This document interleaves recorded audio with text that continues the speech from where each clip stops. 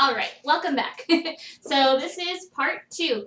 So we just talked about kind of my experience growing up as a teenager with anxiety, depression, sometimes mostly anxiety, and how it really helped me to do those. Those were my coping skills, right? The deep breathing, the acknowledging what was happening, acceptance, and I guess you could call it meditation. What I was doing with my mind, kind of trying to think about something different.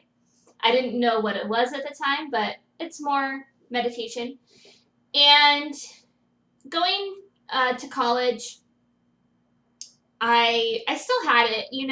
For me, some people might disagree with this, but for me, I feel like I'm probably going to be the kind of person that always struggles with anxiety. I really don't remember a time in my life where I didn't have anxiety. It's just part of who I am. And I'm not trying to make excuses or say that there's not hope for me or whatever. I'm just accepting it.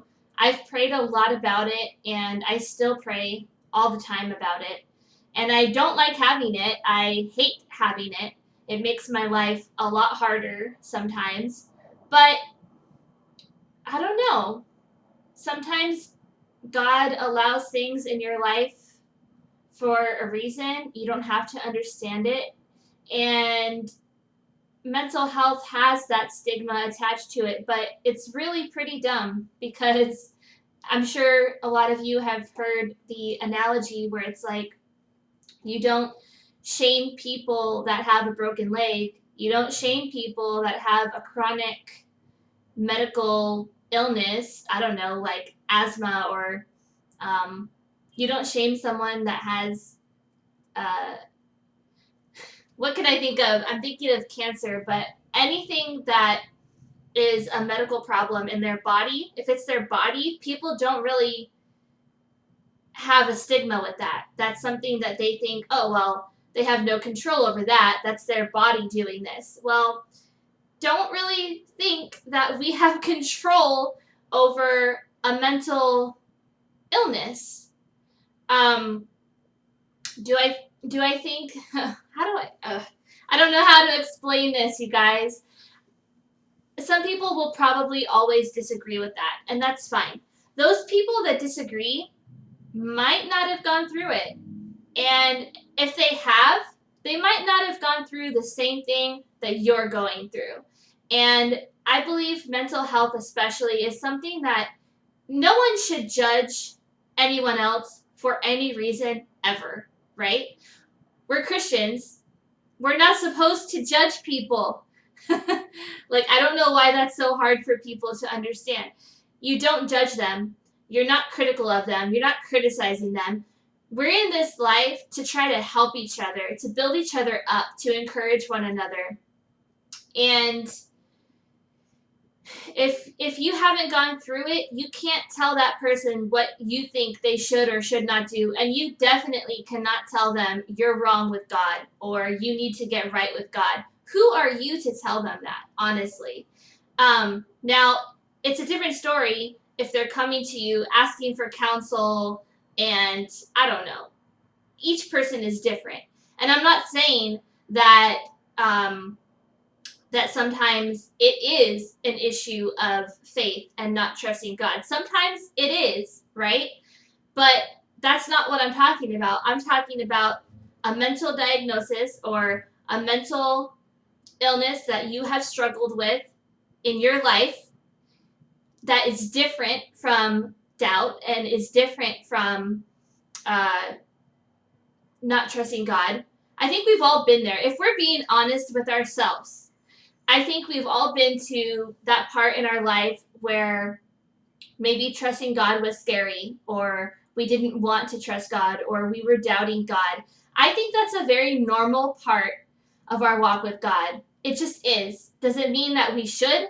No. Does it mean that God's not trustworthy? No. But are we human? Yes. And do we struggle with those thoughts? Definitely.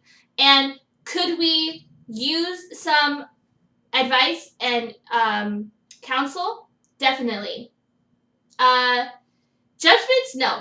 Criticisms? No. Uh, you know what I'm saying? We've all been there. But this is a different thing. And those of us that struggle with this on a daily basis understand it's a completely different thing. So please be kind. Please be patient and encouraging and helpful. And if you have a friend or a family member that is going through a mental health problem, illness, whatever, attack, just be there for them. We don't need someone to pity us. We don't need someone to criticize or talk bad about us or make fun of us. Just be there for us. Be the listening ear. Be someone that actually would pray with us. There's a thought. I'm going through a lot of anxiety right now. Will you pray with me right now? I need God's strength, or I need God's help, or whatever. Could you pray with me? That's a thought, right? There's a lot of different things that you could do to show us support. Anyways, now fast forwarding past college, past graduation. I am in year number 7 in marriage, so I'm a lot older now. And do I still struggle? Yes, I do. It's hard for people that know you as an adult but did not know you when you were growing up, because they can't really see the progress that you've made. They weren't there for the victories that God allowed you to have. So that is between you and God. You know where you've come from. You know how far you've gone. And you can thank God for that. You can have a victory dance over that. That's important to realize and to acknowledge how far you've come in your journey. But like I said, anxiety is one of those things that I don't really think I will ever be I'll ever get away from. That doesn't mean that I'm always going to be a nervous wreck. That doesn't mean I'm always going to have panic attacks or anxiety attacks or struggles. That doesn't mean that. I'm just saying that it's just mental health, that I might always struggle with it. And I might not. You never know. God could heal me tomorrow if he wanted to. That's up to God, and that's just between me and God, right? I don't have all the answers. I don't know what the step is for you to take. I don't even know my own steps to take sometimes. But I do want to encourage you. Try to find some things that will help you in your journey. Medication, I'm not going to go there because honestly, I have not perfected that. I've been on a couple of medications and personally didn't feel like they helped me a whole lot. They did help a little, but not 100%. And you definitely need to find a medication that you know is helping, because ultimately you're the one living with this. There are people affected by it. Your family, your loved ones are definitely affected by it, but you are the one living inside of your head, inside of your brain, and you know if a medication is right for you, right? I haven't really found that yet. So I'm not saying I'll never go on medication again. If I find a good medication, great. If it can help me, awesome. So I would say definitely be your own advocate. That's what I'm trying to do. Know your body, know your mind, know your attacks, and then do your best to try to see what can help you through this. For me, like I said, it was deep breathing, meditation. What else did I say? I would like to find more resources, honestly. And if you know some, let me know. Comment below. I would love to hear some more ideas. But it's one of those things that you're just going to keep trial and error. You're going to keep trying to do things, keep seeing, okay, this works, this doesn't work. This is good for me, this is not good for me. Whatever works for you. Sometimes, for me, all I need to do is put on some music and just forget about life, forget about what's going on, and just listen to music or Netflix and chill, watch TV. Sometimes I don't want to get out of bed. So sometimes I don't make myself. Sometimes all I can do is lay in bed, relax, watch TV because my mind is just numb. And I'm sure some of you that go through depression understand that, is that sometimes just getting out of bed is a struggle. Listen, no judgments from me, no criticisms from me. If you want or if you need someone to listen to you, to hear you, feel free to message me, comment below, find me on Facebook. Just know that I'm here for you. I believe that we really need to stick together, especially Christians that struggle with this. Know that you're not alone. Know that God still loves you. Know that, you know your walk with God. You and God, that's all that matters. If you feel like you're wrong with God, that's between you and Him. Take the steps to correct that. But if you're struggling with other people's judgments telling you that you're not right with God, don't listen to them. I mean, give it an honest thought. Think about it. Pray about it. Meditate on it. And if it's not resonating with you, if God is telling you, no, that's not coming from me, that's coming from someone else, listen to that, because I struggled for years. And I'm so much better off now realizing that they were wrong. And it's not about other people's opinions. It's about what's right, what's wrong, and what's up with you and God. What's up, God? How do you feel about me?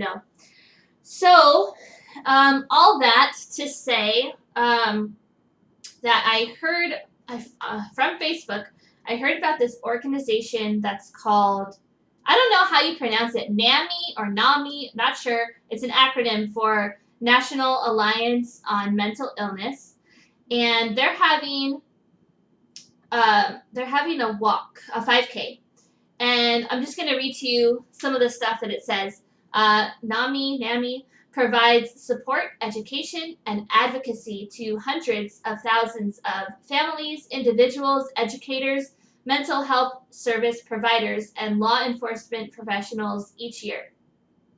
NAMI Walks helps us continue to provide these programs at no cost to the community. Okay, so I signed up to walk for the 5K, and we're going to have the walk in downtown Los Angeles. Let me see. I believe it's on October 5th. Where does it say it? Let's see. I'm going to write it. I'm going to leave a link down below for you to look at. But I believe it's October 5th. And I'm going to be walking. You can register as an individual, a team captain, a group, whatever you want. And it's free to join, which is awesome. I always want to go on walks or runs, but then it's like $60 or $70 or $80. Hello, that's my alarm. But this is free to join, to register. They do ask you to try to fundraise. So if you have a number that you want to come up with, they encourage that.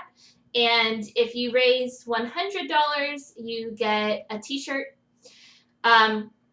So my goal is to raise $50, and I'm not a big fundraiser person. I don't know much about fundraising. So if you're interested in supporting me, great. I would love your support. If not, that's fine too. Research this program and see if it can be a help to you. And I would love to raise $100 to get that t-shirt. If not, 50 is great. And if I don't, I'm still going to go for the walk. I'm still going to show support for this foundation. And yeah, I would love to see you there. I'd love your support. I would welcome any encouraging, positive comments on the video. And if you know someone that might benefit from this, feel free to share, like, comment, and I will see you guys next time. Stay strong, be your own advocate, And just know that you're not alone, and I'm here for you. I care about you, and I'm sure there are other people that do as well. And I'll see you guys next time. See you later.